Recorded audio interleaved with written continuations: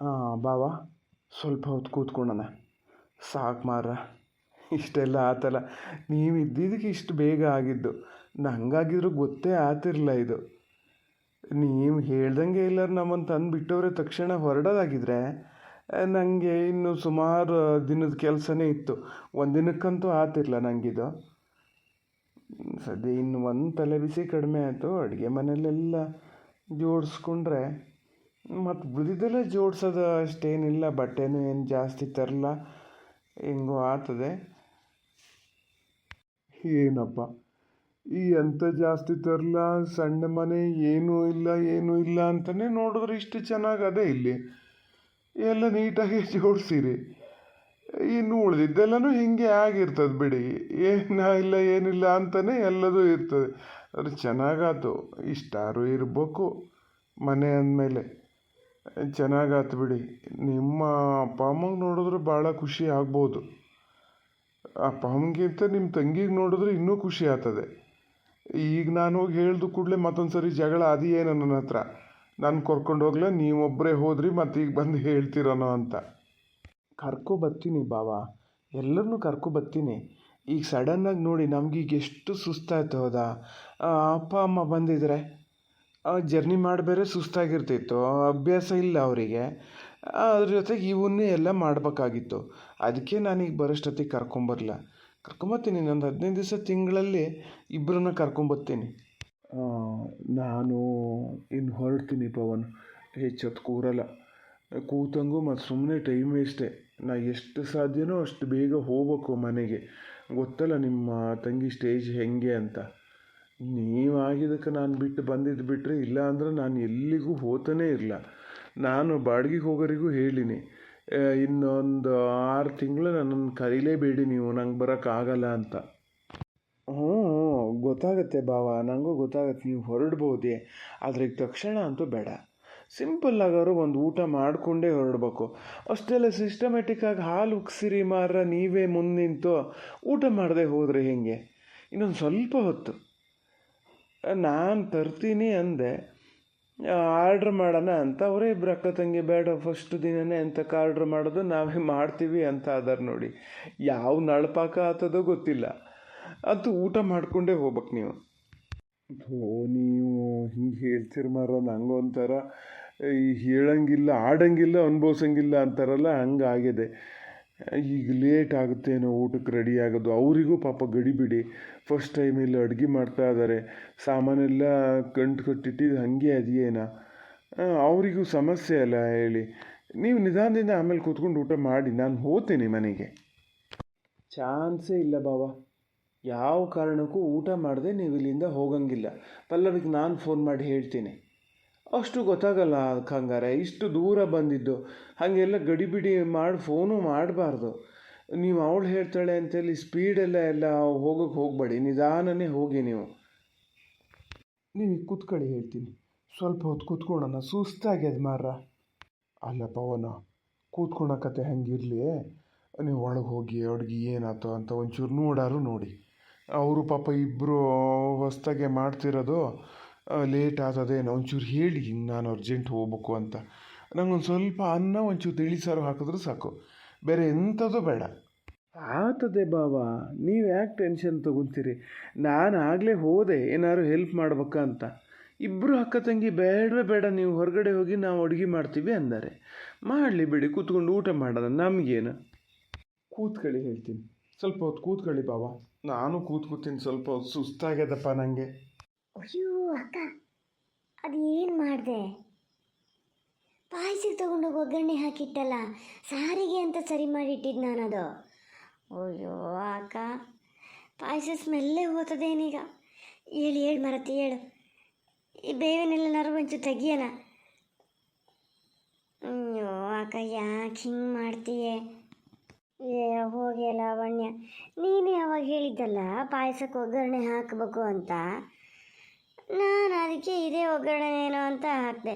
ಇದು ನಾನು ಹುರಿತಿರಾಗ ಹೇಳ್ದೆ ಇದು ಸಾರಿಂದು ಅಂತ. ಏನಾಗಲ್ಲ ಬಿಡು, ಏನಾಗಲ್ಲ, ಅಡ್ಜಸ್ಟ್ ಮಾಡ್ಕೊತಾರೆ ಪವನ. ಭಾವ ಅಡ್ಜಸ್ಟ್ ಮಾಡ್ಕೋತಾರೆ ಕಣಕ್ಕ.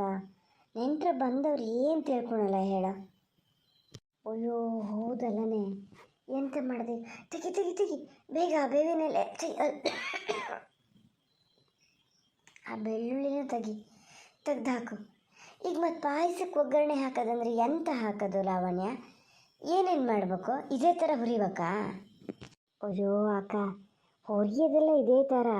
ಪಾಯಸಕ್ಕೆ ಬರೀ ದ್ರಾಕ್ಷಿ ಗೋಡಂಬಿ ಹುರಿದು ಹಾಕ್ತಾರೆ ಅಷ್ಟೇ ಕಣೆ, ಮತ್ತು ಇವನ್ನೆಲ್ಲ ಹಾಕ್ತಾ ಕೂರಲ್ಲ. ಬಾಬಾ, ನೀವು ಹೇಳಿದ್ರಿ ಅಂತ ಹೆಂಗೋ ಧೈರ್ಯ ಮಾಡಿ ಒಬ್ಬಳನ್ನೇ ಇಲ್ಲಿ ಕರ್ಕೊಬಂದೀನಿ. ಮ್ಯಾನೇಜ್ ಮಾಡೋದು ಹೆಂಗೇನು ಅಂತ ನೆನೆಸ್ಕೊಂಡ್ರೆ ಜ್ವರ ಬರ್ತದೆ ನನಗೆ. ಆಫೀಸಿಗೆ ಹೋದಾಗ ಅವಳು ಇನ್ನೇನು ಮಾಡ್ತಾಳೋ ಎಂತ ಅಂತಲೇ ಗೊತ್ತಾಗಲ್ಲ. ಲೆಕ್ಕ ಏನು ಗೊತ್ತಾ, ಇವಳು ಹೀಗೆಲ್ಲ ಆಗಿರೋದ್ರಿಂದ ಮನೆ ಒಳಗೆ ಇದ್ರೇ ಸೇಫು. ಹೊರಗಡೆ ಹೋದಾಗ ಯಾರು ಹೇಳಿದ ಕೂಡಲೇ ಮತ್ತು ಅದಕ್ಕೂ ಬೇಜಾರು ಮಾಡ್ಕೊತಾಳೆ. ಏನು ಮಾಡಲಿ, ನಂಗೆ ಮೊನ್ನೆಯಿಂದ ಅದೇ ಯೋಚನೆ ಆಗಿದೆ. ಎಂತ ಮಾಡೋದಂತಲೇ ಗೊತ್ತಾಗಲ್ಲ. ಏನಾಗಲ್ಲ, ಹಂಗೆ ಪೂರ್ತಿ ನಾನು ಹೇಳಿದೆ ಅಂತ ನೀವು ಮಾಡಿದ್ರಿ ಅಂತ ಆ ಥರ ಅಂದ್ಕೋಬೇಡಿ. ನಿಮಗೂ ಇದೇ ಅನುಕೂಲನೇ ಆಗಿತ್ತಾನೆ. ನಾನು ಹೇಳಿನಲ್ಲ, ಡಾಕ್ಟ್ರ್ ಹತ್ರ ಕೌನ್ಸಿಲಿಂಗ್ ಒಂದು ಕರೆಕ್ಟಾಗಿ ಮಾಡಿಸಿ ಎಲ್ಲ ಸರಿ ಆಗ್ತದೆ. ನಾನಂತೂ ಇದಕ್ಕಿಂತ ಜಾಸ್ತಿ ಇದಾದವನ್ನೆಲ್ಲ ನೋಡಿದ್ದೀನಿ. ಅವರೆಲ್ಲ ಹೆಂಗೆ ಚೆನ್ನಾಗಿ ಜೀವನ ಮಾಡ್ಕೊಂಡು ಅದರ ಗೊತ್ತಾ, ಏನು ಪ್ರಾಬ್ಲಮ್ ಆಗಲ್ಲ. ನೀವು ಅದಕ್ಕೆಲ್ಲ ಮತ್ತೆ ಇಲ್ಲ ಆ ಥರ ಮಾತಾಡಬೇಡಿ. ಎಲ್ಲರೂ ಹಿಂಗೆ ಬಂದು ಕೇಳಿಸ್ಕೊಂಡ್ರೆ ಅದೇ ಒಂದು ಮನಸ್ಸಿಗೆ ಬೇಜಾರಾಗುತ್ತೆ. ಹೌದಾ? ಬೇಡ, ಬೇರೆಯವ್ರ ಹತ್ರ ಅದನ್ನು ಡಿಸ್ಕಸ್ ಮಾಡೋಕ್ಕೆ ಹೋಗಬೇಡಿ. ನೀವು ಉಂಟು, ಅವರು ಉಂಟು.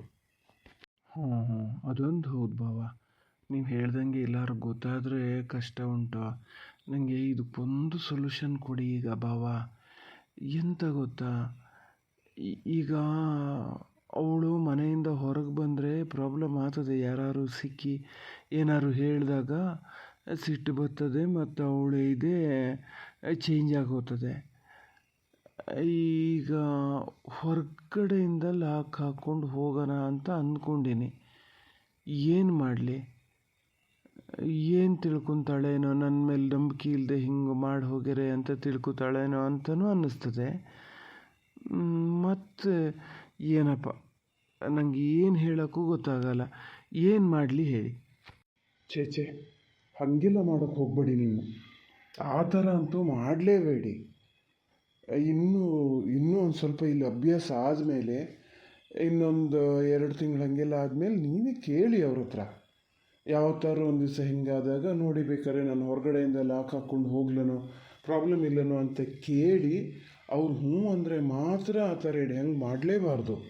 ಇಲ್ಲಪ್ಪ, ಅವ್ರ ಹತ್ರ ನೀವು ಇದನ್ನು ಕೇಳೋದು ತಪ್ಪಾಗ್ತದೆ. ಬೇಡಪ್ಪ, ಆ ಥರ ಎಲ್ಲ ಮಾಡಲೇಬೇಡಿ ನೀವು. ಅವ್ರ ತಂಗಿ ಇರ್ತಾರಲ್ಲ, ಎಲ್ಲರೂ ಹೀಗೆ ಕೂತು ಮಾತಾಡಿ ನಿಧಾನದಿಂದ ಹೇಳಿ ಅವರಿಗೆ, ಹೀಗೀಗೆ ಅಂತ, ಹೊರಗಡೆ ನೀನು ಏನಕ್ಕೂ ಬರಬೇಡ ಅಂತ ಹೇಳಿ. ಮತ್ತು ಇಷ್ಟು ದಿವಸ ಹಿಂಗೆ ಮನೆ ಒಳಗೆ ಇರೋಕ್ಕಾಗ್ತದೆ. ಅವರಿಗೂ ಏನಾರು ಒಂದು ಜಾಬ್ ನೋಡಿ ಅವ್ರು ಹೇಳ್ತಾರಲ್ಲ, ಡಾಕ್ಟ್ರ್ ಹೇಳ್ತಾರಲ್ಲ, ಹೇಳಿದಾಗ ಅದನ್ನೇ ಫಾಲೋ ಮಾಡ್ತಾ ಬನ್ನಿ. ಈ ಥರ ಅಂತೂ ಮಾಡಲೇಬೇಡಿ. ನಮಗೆ ಅದನ್ನು ಯೋಚನೆ ಮಾಡೋಕ್ಕೆ ಕಷ್ಟ, ಅವ್ರಿಗೆ ಇನ್ನೇನು ಅನ್ನಿಸ್ಬೋದು. ಬೇಡ, ಆ ಥರ ಏನಿಲ್ಲ ಅವರು. ಮತ್ತು ತಂಗಿ ಬೇರೆ ಇರ್ತಾರಲ್ಲ, ಏನು ಟೆನ್ಷನ್ ಆದರೂ ಫೋನ್ ಮಾಡಿ ಅನ್ಬೋದು, ನಿಮಗೆ ಫೋನ್ ಮಾಡ್ಬೋದು. ಮತ್ತು ಇನ್ನೊಂದು ಸೊಲ್ಯೂಷನ್ ಅಂದರೆ, ನೀವು ಆದಷ್ಟು ಒಂದು ವರ್ಕ್ ಫ್ರಮ್ ಹೋಮಿಗೆ ಸಿಗುತ್ತಾ ನೋಡಿ. ಹಾಗೇನಾರಾದರೆ ಭಾಳ ಅನುಕೂಲ ಆಗ್ತದೆ. ಹಾಂ, ಸರಿ ಬಾವ, ಸರಿ, ಹಾಗೆ ಮಾಡ್ತೀನಿ. ಅದೇ ನಾನು ನಿಮ್ಮ ಹತ್ರ ಕೇಳಬೇಕು ಅಂತಲೇ ಅಂದ್ಕೊಂಡಿದ್ದೆ. ನನಗೆ ಮತ್ತದು ಹೋದಾಗ ಟೆನ್ಷನ್ ಆಗ್ತದಲ್ಲ ಆಫೀಸಲ್ಲಿ, ಮತ್ತು ಏನು ಕೆಲಸ ಮಾಡೋಕ್ಕೆ ಆಗಲ್ಲ ನನಗೆ. ಇದೇ ಯೋಚನೆ ಆಗ್ತದೆ. ಹಾಗಾಗಿ ಇದು ಮಾಡಿದೆ. ಅದೇ ಕಾರಣಕ್ಕೆ ಕರ್ಕೊಬರೋದು ಬೇಡ, ಊರಲ್ಲೇ ಇರಲಿ ಸ್ವಲ್ಪ ಟೈಮು. ಅವಳಿಗೂ ಇಷ್ಟ ಇತ್ತು ಹೆಂಗಿದ್ರು ಇರಲಿ ಅಂತ ಅಂದ್ಕೊಂಡಿದ್ದೆ. ಈಗ ಹಿಂಗೆ ಮಾಡೀನಿ. ಏನೇನು ಆಗ್ತದ ಬಾವ, ದೇವ್ರ ಮೇಲೆ ಭಾರ. ಇಲ್ಲ, ಏನಾಗಲ್ಲ. ಅಷ್ಟೆಲ್ಲ ತಲೆ ಕೆಡಿಸ್ಕೊಂಬೇಡಿ. ಒಳ್ಳೆ ಮನಸ್ಸಿಂದ ಮಾಡ್ತಿದ್ದೀರಲ್ಲ ನೀವು, ಒಳ್ಳೇದಾಗೇ ಆಗ್ತದೆ, ಏನಾಗಲ್ಲ. ಈಗ ಮಾತ್ರ ಸದ್ಯಕ್ಕೆ ಏನು ಮಾಡ್ಬೇಕಂದ್ರೆ, ನೀವು ಒಳಗೆ ಹೋಗಿ ಅಡುಗೆ ಆತ ಕೇಳ್ಕೊಬನ್ನಿ. ನಾವಿಂಗೆ ಸುಮ್ಮನೆ ಕೂತಿದ್ರೆ ಅವ್ರು ಮತ್ತೂ ಲೇಟೇ ಮಾಡ್ತಿರ್ತಾರೆ. ಒಂದು ಚೂಚೂರು ಹೋಗಿ ಎಚ್ಚರಿಸ್ತಾ ಇರಬೇಕಾಗ್ತದೆ. ಹೋಗಿ ಕೇಳ್ಕೊಬನ್ನಿ ಹೋಗಿ. ಲಾವಣ್ಯ, ಆತಲ್ಲ ಎಲ್ಲ ಒಂದ್ಸರಿ ನೋಡ್ಕ, ಒಂಚೂರು ಸ್ಯಾಂಪಲ್ಲು ನೋಡ್ಕೋಬೇಕಿತ್ತು. ಓ, ಎಂತ ಗೊತ್ತಾ ಲಾವಣ್ಯ, ಅತ್ತೆ ನಮ್ಮನೇಲಿ ಮಾಡೋದು ನೋಡೀನಿ. ನಾವು ಹಿಂಗೆಲ್ಲ ಮಾಡ್ತೀವಲ್ಲ, ಅದನ್ನೊಂದು ಬಾಳೆ ಎಲೆಗೆ ಹಾಕಿ ಹಿಂಗೆ ನಮಸ್ಕಾರ ಮಾಡ್ಕೊತಿದ್ರು. ಇಲ್ಲೇನು ಮಾಡೋದು, ಬಾಳೆ ಎಲೆ ಇಲ್ಲ, ಏನು ಮಾಡೋದೆ ಈಗ? ಅಯ್ಯೋ ಅಕ್ಕ, ಅವೆಲ್ಲ ಬೇಕಿತ್ತಾನೆ. ಹ್ಞೂ ಇರಲಿ ಬಿಡು. ಮತ್ತು ಈಗ ಹೇಳಾತಲ್ಲ ನೀನು, ಏನು ಹಾಂ ಇಲ್ಲಡು, ಇದು ಹೊಸ ಪ್ಲೇಟ್ ನೀವಿನ್ನೂ ಬಳಸ್ಲಲ್ಲ, ಇದೊಂದು ಪ್ಲೇಟ್ ಅದಕ್ಕಂತಲೇ ಇಟ್ಬಿಡು. ಏನಾದ್ರು ವಿಶೇಷ ಅಡುಗೆ ಮಾಡಿದಾಗ ಇದಕ್ಕೆ ಹಾಕಿ ಇಟ್ಟು ನಮಸ್ಕಾರ ಮಾಡ್ಕ, ಅಷ್ಟೇ ಅಷ್ಟೇ. ಹೋಗು, ಕರಿ ಬಾವನ್ ಕರಿ, ಊಟಕ್ಕೆ ರೆಡಿ ಅಂತ ಹೇಳು, ಹೋಗು.